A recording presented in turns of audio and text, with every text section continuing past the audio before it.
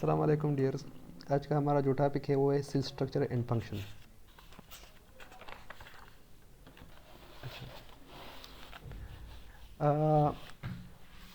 सबसे पहले इंट्रोडक्शन में क्या होता है कि सेल जो है ना वो हो basic structure and function unit of living organism है। ठीक है जी।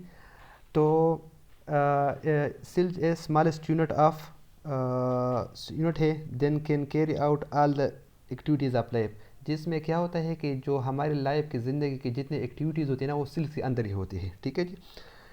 सेल जो है ना वो बिल्डिंग ब्लॉक है जो मल्टीसेलुलर है या यूनिसेलुलर ऑर्गेनिज्म है। ठीक है जी। Multicellular organism human being animal plant ये मल्टीसेलुलर ऑर्गेनिज्म है।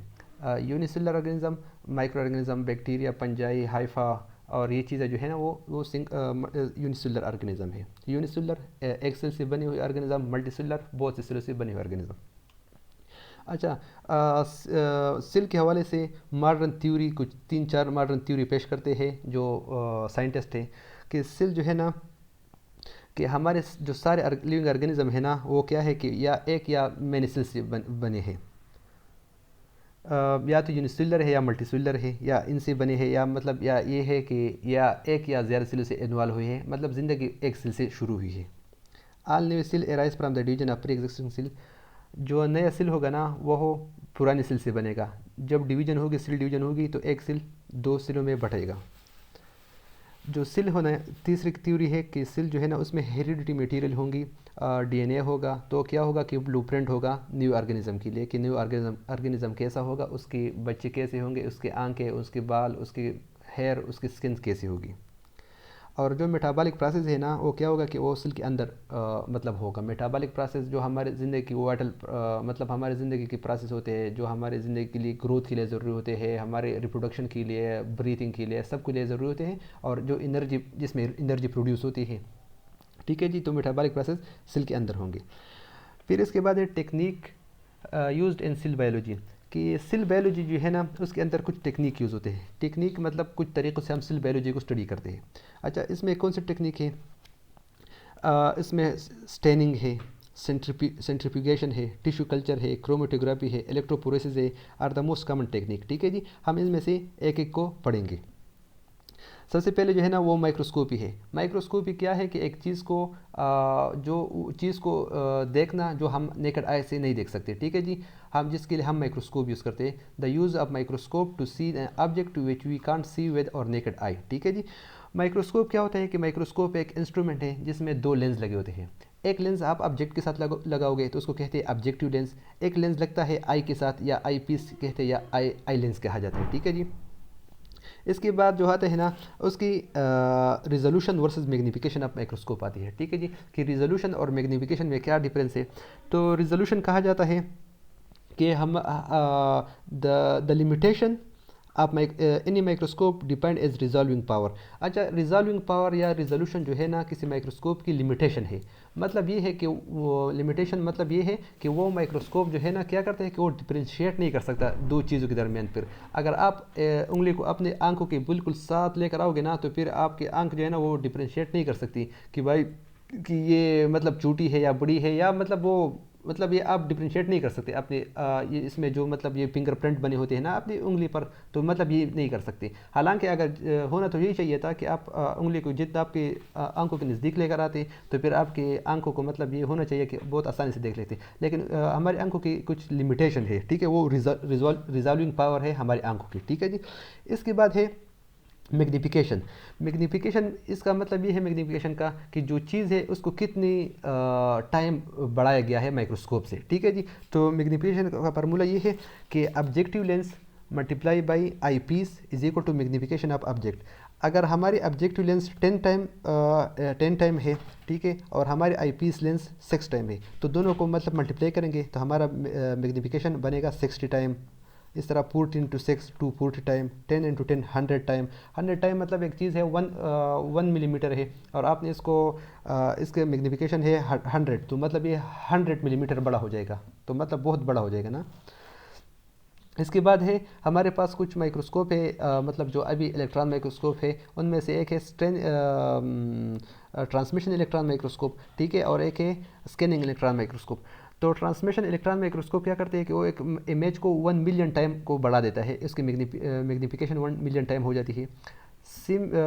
स्कैनिंग इलेक्ट्रॉन माइक्रोस्कोप क्या करती है, उस चीज़ को स्कैन करते हैं, जैसे हमारे मोबाइल में स्कैनर होता है ना, तो क्या करते हैं उस चीज़ को मतलब 3 डायमेंशन तो नहीं कर सकता, लेकिन आप कह सकते हो कि वो इसको 3 डायमेंशनल इसकी इमेज बना लेता है। फिर है स्टेनिंग। अच्छा, स्टेनिंग हम कहते हैं कलर देने को। अगर आपने देखा होगा तो हमारे घर में जो है ना दीवारें होती है, तो दीवारों को जब हम कलर करते हैं तो मतलब वो नज़र आने लग जाती है, ठीक है जी। मुख्तलिफ कलर देंगे तो मुख्तलिफ दीवारें मतलब इसकी जो मतलब वो खूबसूरती बढ़ जाती है या हमें दिखाई देते हैं। या वाइट कलर जो है ना अगर कमरे में दोगे और लाइट लगाओगे तो कमरा बहुत चमकदार होगा, इस तरह। तो स्टेनिंग का काम ये है ना कि वो हमारे पास जो सिल्वर कंपोनेंट है, सिल्क की कंपोनेंट है, क्या वो सारी ट्रांसपेरेंट है। तो हम इसको तब दे सकते हैं जब हम इसको कलर करें, ठीक है जी। और करने का असल सबसे मेन तरीका है स्टेनिंग, ठीक है जी। तो स्टेनिंग क्या होते हैं कि वो कलर देना सिल की कंपोनेंट को। तो जो कुछ द मोस्ट कॉमन मेथड है स्टेनिंग। अच्छा, और फिर हम इसको माइक्रोस्कोप से देखते हैं। आपने कलर लगाया, मतलब सिल्क को कलर लगाया, फिर आपने इसको माइक्रोस्कोप से देख लिया तो आपको पता चल जाएगा कि ये कौन सी कंपोनेंट है सिल्क की। कुछ कंपोनेंट होते हैं या कुछ स्टेन्स होते हैं, कुछ कलर होते हैं, वो नॉन टॉक्सिक होते हैं, और इसको फिर हम इसको लिविंग मटेरियल पर भी यूज़ कर सकते हैं, ठीक है जी। एक तो ये है ना कि वो हो टॉक्सिक है, ठीक है। तो टॉक्सिक है तो हम इसको लिविंग सिल पर तो यूज़ नहीं कर सकते। अगर लिविंग सिल पर यूज़ करेंगे तो वो सिल तो मर जाएगा, ठीक है। तो हमारा अगला प्रोजेक्ट किस तरह चलेगा, फिर हम इसका अंदाज़ा नहीं लगा सकते, इसका हम काम नहीं कर सकते। तो उसको जो और कुछ होते हैं नॉन टॉक्सिक, जो नॉन टॉक्सिक होते हैं उसको वाइटल स्टेन भी कहा जाता है, ठीक है जी। अच्छा, कुछ स्टेन होते हैं ना, अगर हम इसको मतलब अपने परमानेंट स्टेन होते हैं और टेम्परेरी स्टेन होते हैं, ठीक है जी। अगर हम अपनी स्टेन को डालेंगे किसी चीज़ पर, किसी सिल्स पर डालेंगे तो क्या होता है कि वो एक कलर देगा। अगर हमने इनिलीन ब्लू डाला, उसने ब्लू कलर दे दिया, तो इससे साबित होगा या तो स्पोर्स है या तो पंगल हाइपी है, ठीक है। तो इस दोनों का फिर इसमें डिफ्रेंशिएट कैसे करेंगे कि हम इसका दोबारा टेस्ट लगाएंगे, दोबारा चेक करेंगे कि स्पोर्स वाले साइड से चेक करेंगे और पंगल वाले साइड से चेक करेंगे कि आया इस वाले स्टेन में ये ज़्यादा पंगल है या हाई पी है। तो इससे हमें पता चल जाएगा अगर इस तरह है, ठीक है। इस तरह मुख्तलिफ स्टेन है तो इसको हम यूज़ कर सकते हैं। अच्छा, फिर है सेंट्रीफ्यूगेशन या सिल फ्रैक्शनेशन। तो क्या है कि हम सिल को डिवाइडिंग द सिल इनटू इट्स पार्ट पर फ्रैक्शन इज कॉल्ड सिल फ्रैक्शनेशन। कि सिल की मुख्तलिफ पार्ट्स होते हैं ना सिल के अंदर, माइटोकॉन्ड्रिया, गोल्गी apparatus, राइबोसोम और एंडोप्लाज्मिक रेटिकुलम, ठीक है। तो इन चीज़ों को हासिल करने के लिए सिल को फ्रैक्शन हिस्सों में तकसीम किया जाता है, तो उसको सिल फ्रैक्शनेशन कहा जाता है। और ये किस प्रोसेस पर होता है, सेंट्रीफ्यूगेशन के प्रोसेस पर होता है। सेंट्रीफ्यूगेशन असल में एक मशीन पर होता है, ठीक है। वो मशीन क्या करता है कि वो मतलब घूमता रहता है, ठीक है। वो हाई स्पीड पर घूमता है, और मशीन हाई स्पीड पर घूमेगा तो क्या होगा कि उसके जो मतलब सिल के फ्रैक्शन है वो मतलब अलग होते जाएंगे, ठीक है जी। सबसे पहले हम अपना सैंपल लेंगे, ठीक है जी। जिसमें क्या होगा कि उसमें इसको हम सैंपल लेंगे जिसमें मतलब मुख्तलिफ़ किस्म के कंपोनेंट सिल के इन्वॉल्व होंगे या ऑर्गेनेली के मुख्तलिफ कंपोनेंट इन्वॉल्व होंगे, ठीक है जी। इसको हम एक लिक्विड मीडियम के अंदर शामिल करेंगे, ठीक है जी, ताकि लिक्विड मीडियम हो, उसको घूमने में आसानी हो और चीज़ जो है ना आसानी से बाहर आ जाए। तो सबसे पहले हम इसको स्लो स्पीड पर घुमाएंगे। स्लो स्पीड पर घुमाने का फ़ायदा ये होगा ना कि जो सिल के जो पार्ट्स है ना वो तो नहीं फिलहाल बाहर नहीं आएंगे, लेकिन जो एक्स्ट्रा पार्ट है वो क्या हो गए कि वो नीचे बैठ जाएंगे। वो नीचे बैठ गई तो आप इसको जो नीचे बैठ गई उसको अलग करो, और जो बाकी रह जाता है जो लिक्विड है उसको अलग करो। फिर इसकी स्पीड थोड़ी बढ़ाओ। जो इंटरमीडिएट पार्टिकल है जैसे माइटोकॉन्ड्रिया हो गया, ठीक है, प्लास्टिड वगैरह, ये क्या हो गया कि ये जो है ना थोड़ा हाई स्पीड पर करोगे तो ये मतलब स्पीड जब बढ़ेगी तो ये भी थोड़े इंटरमीडिएट जो पार्टिकल है वो भी नीचे बैठना शुरू हो जाएंगे, ठीक है जी। आप इसको निकालो फिर लगाओ तो क्या होगा कि जो हमारे पास जो आखिर में स्पीड सबसे बढ़ाओगे ना तो जो इस मैनर से क्या होगा कि जो सिल के और पार्ट है ना मतलब वो भी बाहर आए, वो सोम वगैरह जो है ना ये भी बाहर आना शुरू हो जाएंगे, ये भी बाहर आएंगे, ठीक है जी। तो ये मॉडर्न मेथड है कि इससे हम क्या कर सकते हैं कि इसकी स्पीड भी मतलब उसको पहले से तय किया जाता है कि भाई इस स्पीड पर ये चीज़ बाहर आएगी, इस स्पीड पर ये और इस स्पीड पर ये बाहर आ जाएंगी। इसमें हम स्पीड यूज़ नहीं करते, इसमें हम यूज़ करते हैं आरपीएम। आरपीएम मीन राउंड पर मिनट, कि 1 मिनट में कितने राउंड मतलब वो घूमता है, ये मशीन घूमती है, ठीक है जी। इसके बाद आती है tissue culture. Tissue culture is the growth of tissue and cell separated from the organism, ठीक है जी। एक हम एक टिश्यू लेंगे या सेल लेंगे किसी ऑर्गेनिज्म से और उसको ग्रो करेंगे एक्स एनवायरनमेंट या एक्स व्यू एनवायरनमेंट है या किसी प्लेट में, जिसे कहते हैं पेट्री डिश कहते हैं। तो उसमें क्या होता है कि उसमें एक मखसूस किस्म के न्यूट्रेंट होते हैं जिसे एगर न्यूट्रेंट कहा जाता है। तो एगर न्यूट्रेंट में क्या होता है कि जो हमारे पास सेल्स है ना या माइक्रो ऑर्गेनिज्म है, उसकी ग्रोथ के लिए मतलब उसमें एनर्जी होती है या फूड होता है या कार्बोहाइड्रेट होती है, ठीक है जी। तो हम उसमें सेल्स को उधर रखेंगे, अपने प्लेट पर लगाएंगे। तो जो सेल्स है ना वो प्लेट पर लग गए तो क्या होगा कि सेल्स की ग्रोथ होंगी, ठीक है जी। और वो क्या होगा कि वो बिल्कुल अपने इसकी जीनोटाइप या पिनोटाइप जो है ना दोनों होंगे अपने प्लांट से, मतलब मदर प्लांट की तरह होंगे, अगर अनलेस इसमें कोई म्यूटेशन ना ही हो, ठीक है। हमने प्लांट लिया है किसी, आप नींबू की दरख्त से आपने एक सिल ले लिया, आपने इसको ग्रो किया तो वो नींबू ही बनेगा अगर इसमें कोई म्यूटेशन ना आई हो, ठीक है जी। तो उसके लिए कुछ हमारे पास अपैरेटस होंगे और कुछ स्टिप्स होंगे, ठीक है जी। अपरेटस में क्या होंगे कि भाई हमारे पास इस तरह होना चाहिए कि वो मतलब क्या कि उसमें माइक्रो ऑर्गेनिज्म या म्यूटेशन ना हो। तो उसके लिए हमें लेमिनार फ्लो या बायोसेफ्टी कैबिनेट चाहिए, इंक्यूबेटर चाहिए, water bath, centrifuge, refrigerator and freezer, ठीक है जी। ये चीज़ें जो है ना वो क्या है कि वो इनके अपरेटस है कि वो मतलब हम मुख्तलिफ की चीज़ें हर स्टेप में हर इंस्ट्रूमेंट यूज़ करेंगे, ठीक है जी। इनके इंस्ट्रूमेंट है inverted microscope, liquid nitrogen freeze और क्रायो स्टोरेज कंटेनर और स्टेरिलाइज़र, ठीक है जी। ये इनके अपरेटस हो गई। फिर इनके स्टेप्स है कि भाई ये कौन से स्टेप में ये मतलब ये प्रोसेस होता है।